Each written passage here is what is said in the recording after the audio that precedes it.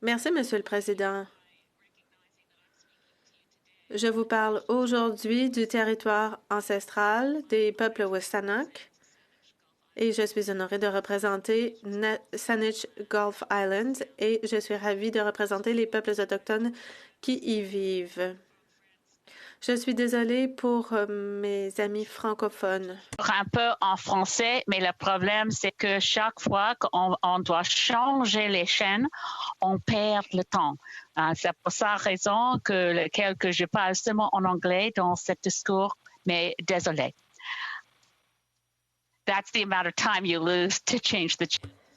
Parce qu'on perd toujours un petit peu de temps quand on change de chaîne. Je voulais présenter des excuses aux amis francophones. Pendant le discours d'aujourd'hui, on a reçu de bien sombres nouvelles quand l'honorable ministre des Finances a présenté l'état de la situation au pays. Eh bien, en Colombie-Britannique, la docteure Bonnie Henry a dit qu'on a fracassé un autre record en fin de semaine. Malheureusement, 46 Britanno-Colombiens sont décédés en fin de semaine et on a recensé plus de 2000 nouveaux cas de COVID en Colombie-Britannique. On fracasse des records aussi en Alberta. Alors,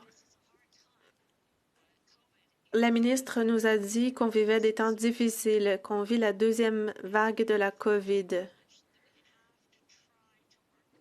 Et je pense qu'il faut reconnaître que nous devons essayer de travailler ensemble.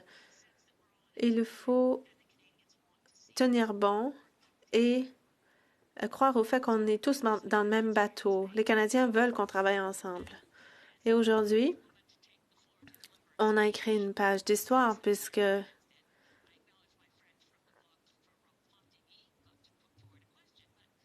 je sais. Bon, moi, je suis la première femme à présenter un discours après la ministre, à part la députée de Repentigny, et je veux souligner que c'est la première fois dans l'histoire du Canada qu'une ministre de la Finance a présenté un énoncé économique et que la ministre de la Finance, des Finances est une femme. Et elle a présenté son discours devant le plus grand nombre de députés femmes au Parlement. Étant donné les derniers résultats des élections partielles, il y a 101 députés qui siègent à la Chambre. Ce n'est toujours pas assez, mais c'est mieux. Et les femmes croient que nous pouvons plus en faire en travaillant ensemble, notamment. Et je veux reconnaître la nouvelle chef du Parti vert. J'aimerais bien qu'il y ait d'autres femmes chefs de partis nationaux. Anami Paul m'a remplacée comme chef du Parti vert, seule femme chef de parti au niveau fédéral. Anami Paul, dans la transition des valeurs du Parti vert, a été au front en parlant de la COVID. Elle a dit qu'il faut travailler ensemble. Ça ne peut pas être partisan. I'm quite partisan in the House of. Et les choses peuvent être très partisanes à la Chambre. J'encourage tous mes collègues de tous les partis à faire passer les Canadiens en premier. Je les encourage à reconnaître qu'on pourra marquer des points plus tard. Pour l'instant, essayons de collaborer et faisons preuve de plus de respect à l'égard de nos concitoyens, à l'égard de ceux qui ont peur d'attraper la COVID, qui ont peur aussi que leurs proches attrapent la COVID. Ma fille enseigne dans une école à Burnaby, donc je m'intéresse beaucoup à ce qu'a dit la ministre à propos de la ventilation dans nos établissements, puisque je m'inquiète moi aussi. Avant de parler des détails de ce discours, j'aimerais parler aussi d'une autre femme remarquable, Margaret Atwood. C'est un thème qu'on retrouve dans l'énoncé économique de l'automne de la ministre. En cette période d'urgence sanitaire, il ne faut pas oublier l'urgence environnementale et climatique. Margaret Atwood, alors qu'elle s'adressait à l'Union des municipalités de Colombie-Britannique, donc on lui demandait si elle s'inquiétait du fait qu'à cause de la COVID, la crise climatique avait été mise un petit peu aux oubliettes. Margaret Atwood a répondu, je ne sais pas pour vous, mais chez moi, les oubliettes, ça ne veut pas dire que c'est oublié. Mais donc, quand on parle de relance économique, Il ne faut pas oublier que l'urgence climatique n'est pas révolue.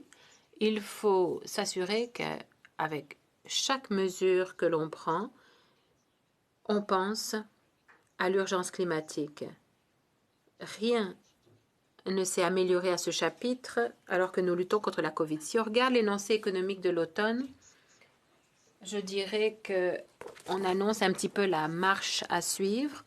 On parle de ce à quoi on peut s'attendre dans le prochain budget. On ne sait pas quand le prochain budget sera déposé, mais il y a beaucoup de travail qui a été investi là-dedans. J'aurais voulu le dire dès le début. Je crois que tout le monde travaille très fort. Au ministère des Finances, les gens travaillent très fort. Les libéraux, les conservateurs, les néo-démocrates, les bloquistes, tous les députés travaillent très fort. Mais tout comme nos fonctionnaires, c'est la même chose. Il y a des gens qui travaillent fort, même si leurs efforts sont inadéquats.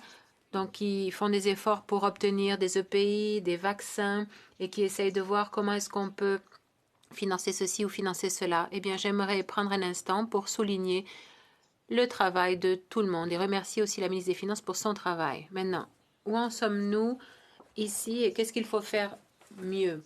Je me réjouis de voir que on risque enfin, comme l'a dit la ministre des Finances, voir un service de garderie décent. Ça fait des décennies que l'on attend. Il faut enfin offrir une aide appropriée en matière d'éducation et d'apprentissage de la petite enfance et de garderie. Dans le budget 2021, j'espère qu'il y aura quelque chose. On voudrait voir un programme intégral de services de garderie pour les Canadiens. Je suis plus optimiste maintenant que j'ai entendu ce discours. Je me réjouis aussi qu'on mentionne la réconciliation. Une mention de l'enquête sur les femmes et filles autochtones disparues, assassinées est importante. Il faut maintenant répondre à tous les appels à l'action du rapport.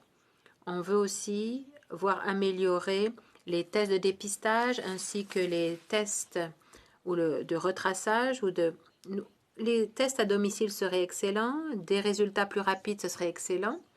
Et pour ce qui est des vaccins, et j'offre cette idée dans l'esprit de la collaboration. Donc, Angus Reid a fait un sondage qui nous dit que 39% des Canadiens veulent du vaccin dès qu'il sera prêt. 38% nous disent qu'ils préféraient attendre et voir. Les gens veulent s'assurer que le vaccin est sécuritaire et qu'il a bien été testé. Moi, j'aimerais que le gouvernement pense au vaccin d'abord et l'administre à ceux qui en ont besoin en premier, les travailleurs de première ligne. Ce ne serait peut-être pas sage pour le Canada d'accumuler tous les vaccins du monde. Il faut aussi penser aux travailleurs de première ligne des autres pays. Il faut une démarche sensée et sensible. Il faut donner les vaccins d'abord aux travailleurs de première ligne. C'est eux qui devraient être immunisés en premier. Et ensuite, nous devrions tous collaborer pour assurer la sécurité et la fiabilité des vaccins livrés. Certains de mes commettants en veulent rapidement et d'autres pensent au contraire qu'ils veulent attendre avant que ce soit bien testé. Je suis très encouragée aussi d'entendre plus de choses pour les jeunes, pour la jeunesse. Nos jeunes ont été laissés pour compte pendant l'été. Il faut augmenter le nombre d'emplois d'été, comme le promet le discours, et je suis encouragée, comme la députée de Fredericton, elle a posé une question il y a quelques jours là-dessus. Donc, si est-ce que le gouvernement va au moins éliminer les taux d'intérêt sur les dettes des étudiants? Nous sommes encouragés qu'on le fasse pendant un an. Il faut abolir les frais d'inscription pour donner à nos enfants un bon départ dans la vie, pour qu'ils n'accumulent pas de dettes qui les empêchent d'avancer dans la vie. On peut mieux faire pour nos jeunes. Je me réjouis aussi qu'on parle d'assurance médicaments et les progrès sont très lents. On a besoin d'un régime d'assurance médicaments très rapidement. Je me réjouis aussi qu'on reconnaisse que le cours naturel l'énoncé économique nous dit que le virage qui s'amorçait avant la COVID, c'est-à-dire que des désinvestissements des carburants fossiles verts pour réinvestir vers les énergies propres, eh bien, je me réjouis de voir que ce virage s'accentue. Le secteur gazier pétrolier ne va pas se remettre. Il faut investir dans les énergies propres. C'est une bonne nouvelle, c'est encourageant. Ça devrait nous guider quand on adopte des mesures pour lutter contre les changements climatiques. Parlons justement de cette urgence climatique. Depuis l'arrivée de la COVID, il y a eu plus de 100 catastrophes climatiques dans le monde qui ont fait 410 000 victimes dans le monde entier. Donc ça, c'est des catastrophes climatiques. On sait qu'il y a 1 400 000 personnes qui sont mortes de la COVID, mais les catastrophes climatiques et l'urgence climatique vont se poursuivre. Il n'y a pas de vaccin contre cette urgence climatique. Il faut tout simplement réduire notre dépendance à l'égard des carburants et des combustibles fossiles et le faire rapidement. Je suis encouragée qu'on parle beaucoup de stratégie verte, de politique verte dans ce discours. Je suis optimiste de voir qu'on s'engage aussi à rénover la rénovation domiciliaire, éco-énergétique. Il faut le faire aussi pour les établissements commerciaux. Tous doivent pouvoir investir dans cette rénovation éco-énergétique. Ça coûte moins en bout de ligne, puis ça permet aussi de créer plus d'emplois et d'employer tous nos gens de métier qualifiés, les charpentiers, les personnes qui travaillent dans l'isolation. Et ça encourage les corps de métier à l'échelle locale. Ça encourage toutes les quincailleries et fournisseurs de matériaux locaux. Donc cette rénovation éco-énergétique, c'est bon pour nos économies locales. Je suis encouragée de voir l'infrastructure pour les véhicules à émissions zéro. Planter des arbres, oui, bien sûr, mais il faut aussi planter des espèces natives d'ici. Il faut aussi penser aux espèces de la vallée du Fraser et de Thompson, où il y a eu des espèces entières qui ont été dévastées à cause des incendies de forêt. Il faut reforester ces zones et aussi il faut protéger le saumon sauvage. Ces choses sont reliées les unes aux autres. Il faut aussi trouver une façon de séquestrer le carbone de l'atmosphère. Le budget, je l'espère, va mentionner les autochtones dans le cadre de cette stratégie pour planter des arbres. Il faut aussi élargir et bien financer les programmes pour les autochtones. On parle aussi des solutions vertes pour contrer les changements climatiques, donc investir dans la nature. Il y a des fonds assez substantiels qui seront débloqués, mais selon moi, pas suffisamment. Les agriculteurs font partie de la solution. La gestion de nos sols, il faut s'assurer que il faut contrer l'érosion des sols en faisant en sorte qu'ils soient plantés toute l'année. Il faut financer le séquestrage de carbone. Il faut encourager nos agriculteurs à réduire leurs gaz à effet de serre. Le gouvernement, je crois, va dans la bonne direction. Les transports en commun sont très importants aussi. La Fédération des municipalités canadiennes a réagi à cet énoncé en disant qu'il n'y a pas suffisamment de fonds pour la planification urbaine. Je voulais le signaler à la ministre et au gouvernement. Il faut que la Fédération des municipalités canadiennes participe, soit un partenaire, parce que la Fédération a toujours de très bonnes données à sa disposition. J'ai toujours été très impressionnée. La Fédération a toujours bien servi les gouvernements successifs, en commençant par le gouvernement de Stephen Harper de 2008. Il y a eu un excellent programme pour les infrastructures urbaines qui a été mis en œuvre à ce moment-là. Mais quand on parle de transport en commun, y compris dans cet énoncé économique, on se concentre sur le transport en commun urbain. Mais il y a une crise au Canada qui a été mentionnée dans le rapport sur les femmes et filles autochtones disparues et assassinées. On manque de transport en commun pour aller du point A au point B dans les zones rurales. On a perdu Greyhound, les services en Saskatchewan et les services d'autocars dans les maritimes. C'est une véritable crise pour le transport en commun dans les zones rurales et éloignées. J'espère que dans le budget, quand le budget sera déposé en 2021, on va prévoir des fonds pour que les habitants des régions plus éloignées aient accès à un service de transport en commun plus abordable. Les jeunes femmes et filles autochtones n'auront pas à faire de l'autostop. Nos aînés n'auront pas à prendre le volant le soir pour aller du point A au point B. On parle aussi du réseau d'électricité. C'est important de délaisser le carbone et de décarboniser notre réseau de production électrique. Comme l'a dit le député qui m'a précédé, on parle de carbone, mais on ne dit pas que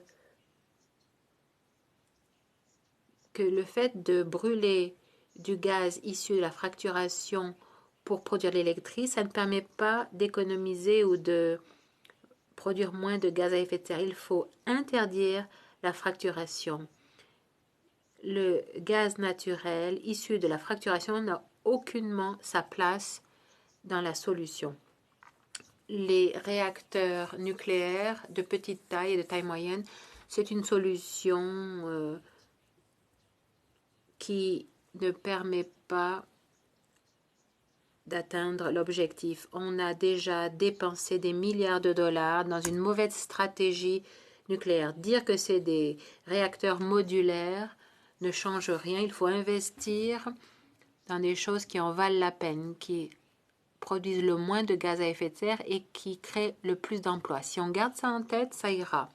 Et il faut aussi qu'il y ait le plus court laps de temps entre l'investissement et le rendement.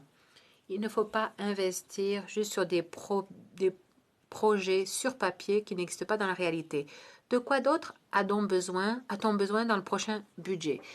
Plusieurs collègues des autres partis l'ont déjà mentionné, les néo-démocrates et les Verts en particulier, mais on a besoin d'augmenter les apports en recettes. Il faut avoir l'argent supplémentaire,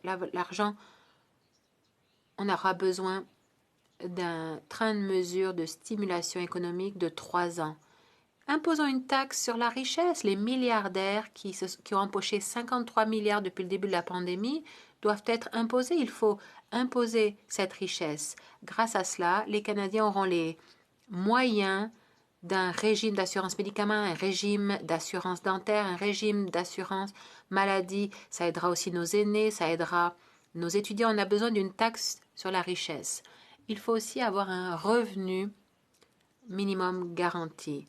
On en a parlé dans l'énoncé à la page 79. On dit qu'un grand nombre de travailleurs de première ligne sont des gagne-petits qui ont des emplois précaires. Ce n'est pas bien. Ce sont des travailleurs essentiels qui risquent leur vie pour travailler dans des établissements de soins de longue durée. Et aux premières lignes, ils gagnent tellement peu que ça en devient scandaleux. Adoptons un revenu minimum garanti pour que personne n'ait à vivre en dessous du seuil de la pauvreté. Tous les Canadiens devraient garder ce qu'ils gagnent pour ne pas être confrontés à l'insécurité. L'insécurité en matière de logement, l'insécurité en matière de soins de santé. Il faut les protéger. Il faut ce revenu garanti. Tout comme l'assurance médicaments, tout comme les services de garderie. Le logement, c'est un droit et tous les Canadiens doivent avoir un chez-soi. Il faut en faire plus. Taxer et imposer les géants du Web, c'est encourageant ce que la ministre a dit, mais comme d'autres collègues l'ont dit, s'ils ne payent pas leur juste part d'impôt, la TPS et la TVH, au moins pendant plus d'un an, pendant un an, ça ne suffit pas. Il faut réglementer et imposer ces géants, que ce soit des Airbnb, des Amazon, des Google, qui menacent l'existence même des industries canadiennes, des petites entreprises, de nos quartiers, des journaux, des radios et télédiffuseurs. Ils les menacent tous. On commence à reconnaître cette menace et il faut en faire plus. Dans la période des questions et réponses, mon collègue de Nanaimo Lady Smith a demandé au chef de l'opposition officielle si il savait comment le gouvernement allait pouvoir se rapprocher des énergies vertes fiables. Le chef de l'opposition lui a répondu qu'il était fier du pipeline Keystone. Alors, parlons de ces carburants et combustibles fossiles. Il faut arrêter de les subventionner. Stephen Harper avait promis qu'il arrêterait la subvention en 2009. Les libéraux l'ont promis dans leur plateforme en 2015. Les subventions des carburants et combustibles fossiles n'ont fait qu'augmenter. Mais on a du mal à définir ce qu'est une subvention. Finance Canada n'est pas sûr. Chaque fois qu'on investit l'argent public pour produire de l'énergie à partir des combustibles fossiles, eh bien, on finit par subventionner ces carburants et combustibles fossiles. Il faut arrêter de subventionner la fracturation, arrêter de subventionner le gaz naturel liquéfié qui est subventionné par le fédéral et par la Colombie-Britannique. Arrêtons de dépenser de l'argent sur des pipelines. Le pipeline Trans Mountain est la propriété des Canadiens. Les dépenses minimum engagées sont de 12 milliards de dollars. Ça pourrait dépasser cette somme de beaucoup, comme l'a fait remarquer mon collègue de New Westminster. Annulons l'élargissement, ce projet d'élargissement. Ce pipeline sera toujours le nôtre. Ça a été un gâchis d'argent que de l'acheter, mais son fonctionnement fait venir du pétrole brut à Burnaby, à la dernière raffinerie. Très bien. Ça va être éliminé au fil du temps, mais arrêtons d'investir l'argent du contribuable, l'argent public, dans des projets d'élargissement de ces pipelines. Monsieur le Premier ministre, prenez le téléphone, appelez le président élu Joe Biden et félicitez-le d'annuler Keystone. Demandez-lui qu'est-ce qu'on peut faire tous ensemble. Peut-être mettons sur pied un train de mesure continental entre le Canada, les États-Unis et le Mexique pour tarifier le carbone et avoir un ajustement à la frontière pour nous protéger des pays qui n'imposent pas une taxe sur le carbone comme ils devraient. C'est une belle occasion avec la nouvelle administration américaine qui a nommé John Kerry comme tsar à l'environnement. C'est un gouvernement qui prend la chose au sérieux, qui veut déjà réduire les gaz à effet de serre même après 4 années de Trump. Alors, saisissons cette occasion. Appelons le président élu Joe Biden, disons-lui, nous sommes avec vous, annulons toutes les subventions aux combustibles fossiles, interdisons la fracturation parce que le gaz naturel produit à partir de la fracturation émet du méthane, c'est pas bon pour l'environnement. Et si on veut léguer un monde vivable à nos enfants, il faut agir dès maintenant.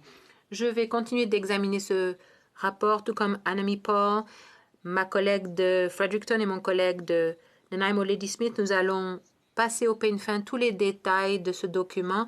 Je suis encouragée par une grande partie de son contenu. Je crois que nous saurons aussi ce qu'il ne contient pas.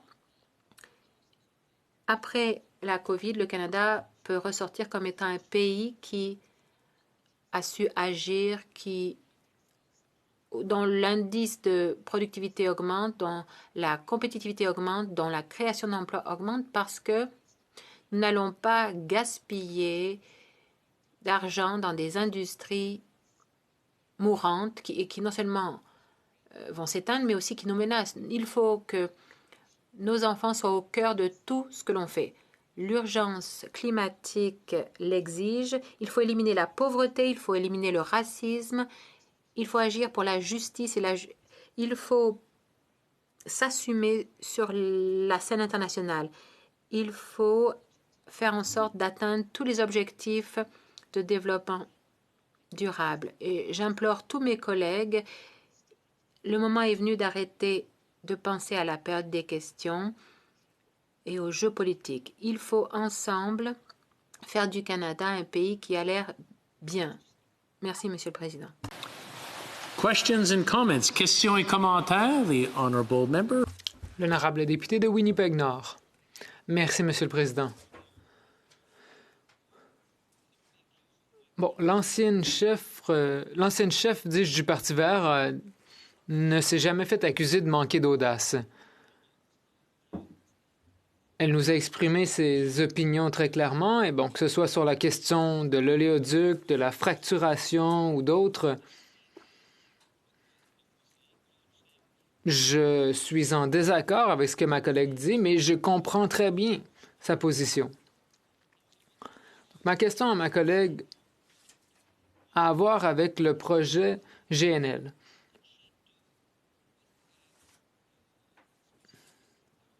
Que ferait-elle avec ce projet en particulier, étant donné là où en est le dossier à l'heure actuelle? Bon, ma collègue parle des effets négatifs de la fracturation, mais je ne sais pas exactement ce qu'elle ferait avec le gaz naturel liquéfié aujourd'hui si elle en avait le pouvoir de le faire. L'honorable député, allez-y. Merci, Monsieur le Président. C'est vrai que je devrais attendre que vous me nommiez. Merci à mon honorable collègue de Winnipeg. Le gaz naturel liquéfié, lorsqu'il vient du gaz naturel traditionnel, est un carburant de transition. C'est ainsi qu'on l'appelait dans les années 90. Bon, plus personne ne dit que c'est un carburant de transition, puisqu'aujourd'hui, nous n'avons plus de gaz naturel traditionnel. C'est du gaz naturel issu de la fracturation qui a la même empreinte carbone que le charbon. Bon, les conservateurs nous disent que c'est une bonne nouvelle puisqu'on va brûler ce gaz naturel en Chine au lieu de brûler du charbon. Mais les émissions de gaz à effet de serre et les émissions de méthane sont tout aussi nocives avec ce gaz naturel qu'avec le charbon. Et le fait que cette industrie soit fortement subventionnée au profit de grandes entreprises étrangères, c'est un scandale. Et la plupart de la production se fait en République populaire de Chine pour construire ou pour exploiter des ressources qui seront ensuite exportées en Colombie-Britannique. Évitons cela, produisons plutôt des énergies renouvelables ici au Canada. Questions et commentaires? L'honorable député de Cypress Hills Grasslands. Merci beaucoup, Monsieur le Président. Je me demandais si l'ancienne chef du Parti vert pouvait clarifier quelque chose. Un peu plus tôt ce soir, le député de Nanaimo, Lady Smith, a dit qu'il est enthousiaste par l'activité géothermale en Saskatchewan qui allait créer de la richesse. Mais bon, le puits géothermal a été utilisé avec une technologie de fracturation hydrologique. Ma collègue parle de mettre fin à la fracturation alors que son collègue vante les mérites d'un puits géothermal.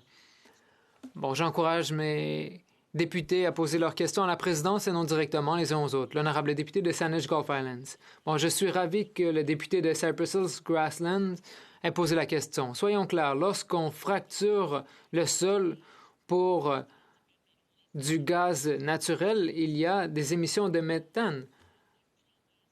Mais bon, ceux qui forent des puits pour le pétrole peuvent également forer des puits pour la géothermie. En fait, 10%, selon une étude, des puits en Saskatchewan et en Alberta pourraient être utilisés pour la technologie géothermale. Donc, utilisons cette occasion de nous dissocier des carburants fossiles et plutôt se tourner vers la géothermie, puisqu'il y a 10% des puits abandonnés qui posent un risque à l'heure actuelle et qui pourraient être utilisés pour produire de l'électricité. Nous sommes pour la production de l'électricité contre la fracturation. Merci, Monsieur le Président. Je remercie ma collègue de Saanich Gulf Islands pour sa réponse à l'énoncé économique. J'imagine que, un peu comme nous, au Bloc québécois, elle va convenir qu'il y a un manque de vision. Il y a des bonnes choses dans l'énoncé économique, mais il y a un manque de vision flagrant. Et elle a parlé de la forêt, elle a parlé de séquestration, de carbone, de bien entendu se diriger vers des énergies plus vertes. J'aimerais savoir, parce que le Bloc québécois a déjà déposé une proposition qui s'articule de maintes façons, notamment par la forêt, qui est un pilier économique du Québec, mais également du Canada. Et j'aimerais savoir si elle pense que c'est une avenue prometteuse. Il y a du développement que l'on peut faire, de la recherche et des produits, bien sûr, qui permettront de séquestrer le carbone. Merci, Monsieur le Président. Le député de Saanich Gulf Islands. Oui, merci et merci à ma collègue de Manicouagan. Je pense que l'approche de Bloc était tellement proche à l'approche du Parti vert du Canada parce que nous avons besoin d'investissements dans l'énergie renouvelable et pas dans les oléoducs, pas dans l'énergie fossile. Merci pour la question. Questions et commentaires? Questions and comments? The honourable member for New. L'honorable député de New Westminster Burnaby. Merci beaucoup, Monsieur le Président, et merci à ma collègue pour son discours. Nous avons parlé de plusieurs des éléments décevants dans l'énoncé économique, mais l'élément le plus décevant selon moi, et ma collègue en a parlé également dans son discours, c'est le fait que ce gouvernement fédéral n'a pas agi pour limiter les énormes profits faits par les géants du Web, par les milliardaires au Canada. Donc, ma question à mon honorable collègue est très simple. Croit-elle que le gouvernement fédéral devrait prendre des mesures pour accroître les revenus pour que nous ne soyons pas dans une position où le gouvernement fédéral doive couper les mesures de soutien aux Canadiens et aux Canadiennes parce qu'il n'y a plus assez de revenus? L'honorable député de Saanich Gulf Islands. Merci à mon ami de New Westminster Burnaby. En fait, j'ai fait référence au même chiffre dans mon discours. Le fait que les milliardaires au Canada aient fait 53 milliards de dollars de plus pendant cette pandémie, c'est honteux. Il faut se pencher sur les profits des grandes banques commerciales. Ces dernières sont moins imposées que dans d'autres pays, par exemple aux États-Unis. Donc, il y a les banques qui ont fait des profits records, les milliardaires aussi, et les entreprises numériques également.